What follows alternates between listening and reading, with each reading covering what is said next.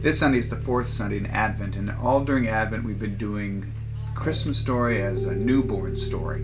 And the idea is that, of course, this is the story of a newborn, a child, but it's the story that has to be newborn in us every year. And this week, the title of the message is When the Story Gets Thin. Now, usually when you hear the story gets thin, it's because people begin to see through the falsehood. You know, if somebody's lying, you say, that story's pretty thin. But in the gospel, it's inverted. Because when the story gets thin, it's when you can see through. And the story gets to the point where Jesus is being born. It's a miraculous story, and for some people, it's a false story because it's a miracle they can't believe in. But for others, it's a story that lets us see through this membrane between the world and the divine, between the earthly and the heavenly.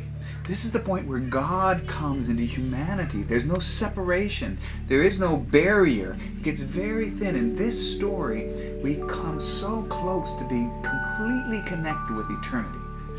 So when the story gets thin, it's a good thing because you can see through to the greatest promise and truth there is.